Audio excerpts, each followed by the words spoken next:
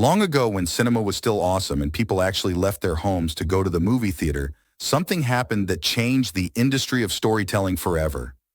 Some movie nerds argue to this day that this was the turning point for the whole cultural experience and the world did not come back from it yet. Between the span of 2 years, from 2003 and 2005, we saw how the stories that brought together 3 different generations came to an end. The imagination of your grandfather, the imagination of your father and yours, came to a conclusion in the cinemas, and you all as a family went to witness them. And with that, the good cinema was ended forever. The year was 2003, and we saw how Frodo finally, with help of Sam of course, destroyed the evil ring and saved the Middle-earth. And with that, the trilogy which was planned as a trilogy from the start did end. In 1999, we saw how Neo became the one in the Matrix, but we were not exactly sure how he was planning to save the humankind from the control of the machines. And again in 2003, we did saw it with the release of the 2 sequels to that movie. And most of all, and this is maybe the most important story of them all, we saw how Anakin Skywalker turned to the dark side and became the evil lord of the universe. The answer of a 30-years-old question was given. And with those 3 cinematic universes finally ending, we left the cinemas with a sense of sweet conclusion, but also with a sense of empty. What should be expected next? All the good stories that captured the minds of fantasy and sci-fi nerds were finally told on the biggest screen possible. The year was 2005, and what followed in the next few years was exactly that empty space of some action movies and some superhero movies, but nothing like epic sagas and trilogies from old books and movies. Nothing like going to see the damn thing with 2 generations next to you, your father and your son, or your mother and your daughter. In 2009, we witnessed a big cinematic experience called Avatar, but never minding the technological achievement of Cameron, the movie did borrowed much from, and old stories told in theaters again and again, and from a story perspective, it was not something new. To put the cherry on the top of the cake, that empty feeling of mediocre cinema gave birth to a new medium. Somehow modern screenwriters and movie producers figured it out that the best way to develop a story and characters that actually matter was the TV series. The episode, season by season, gave chance for the audience to know the characters, to care more deeply about them, and to gather around the TV like the old cave family next to the fire. They find out that it is even less expensive and more profitable to do it that way. So in the following years, we witnessed shows like The Sopranos, Breaking Bad, Deadwood, Justified, House of Cards, The Office, Lost, Prison Break, and many others. But they all lacked something that was missing and was long forgotten in the empty chairs of the movie theaters. They were all dramas, comedies, or thrillers that left something out.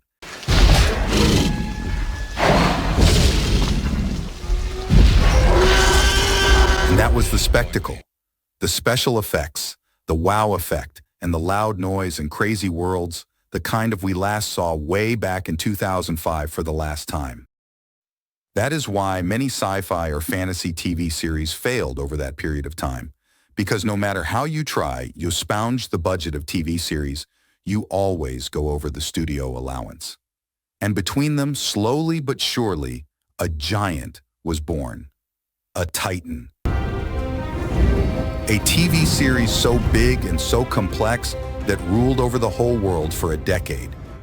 Game of Thrones was the show nobody expected to capture 3 groups of generations watching together the kind of we last saw in 2005 with the conclusion of the epic sagas. Game of Thrones changed the game and every Hollywood studio was paying attention. They soon realized that a story that big fell on their laps once in a decade or two. And the only way make fast profit without engaging in contracts with actors and producers and screenwriters was the old Roman way of cheap spectacle and fast trill.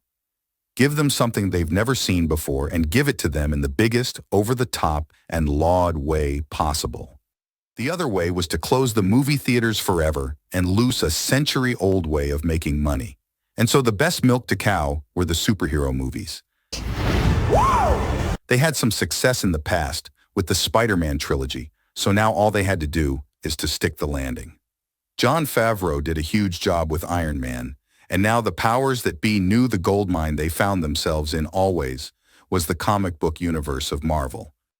With the help the richest studio behind it, Disney came up with 3 movies, prequels of sort, to a 4th one. That was the conclusion point in 2012, with the Avengers. Once again, fathers and sons went to the cinemas in herds.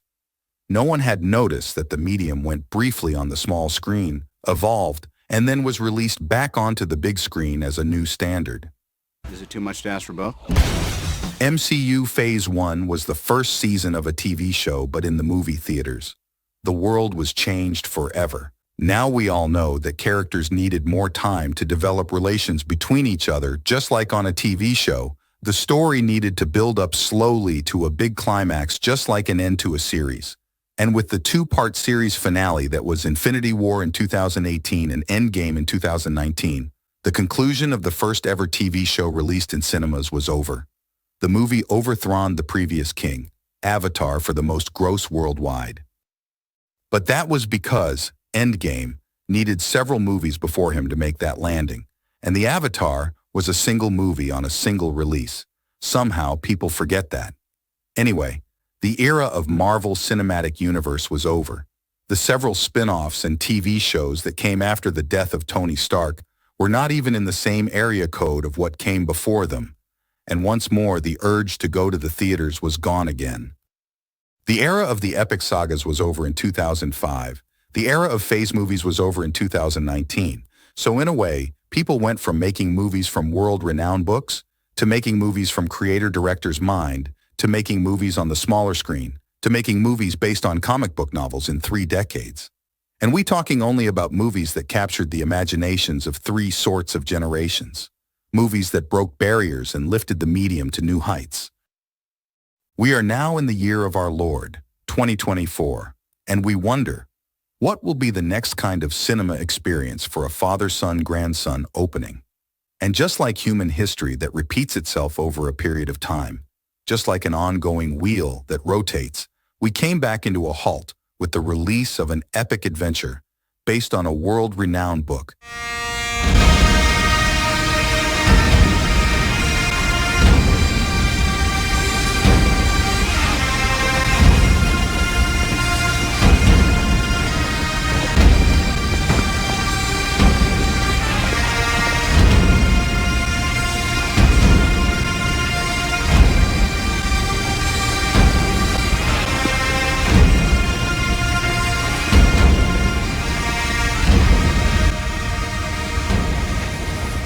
That captured people's minds way back in the 80s.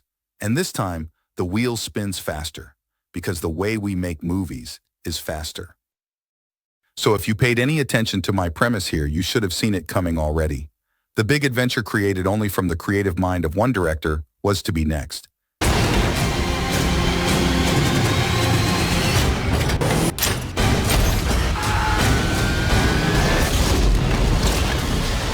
And soon again, I'm sure we will witness the next big TV show that glue us to a chair. And soon after that, the next long phase movies based on novels or comic books. It's only a matter of time.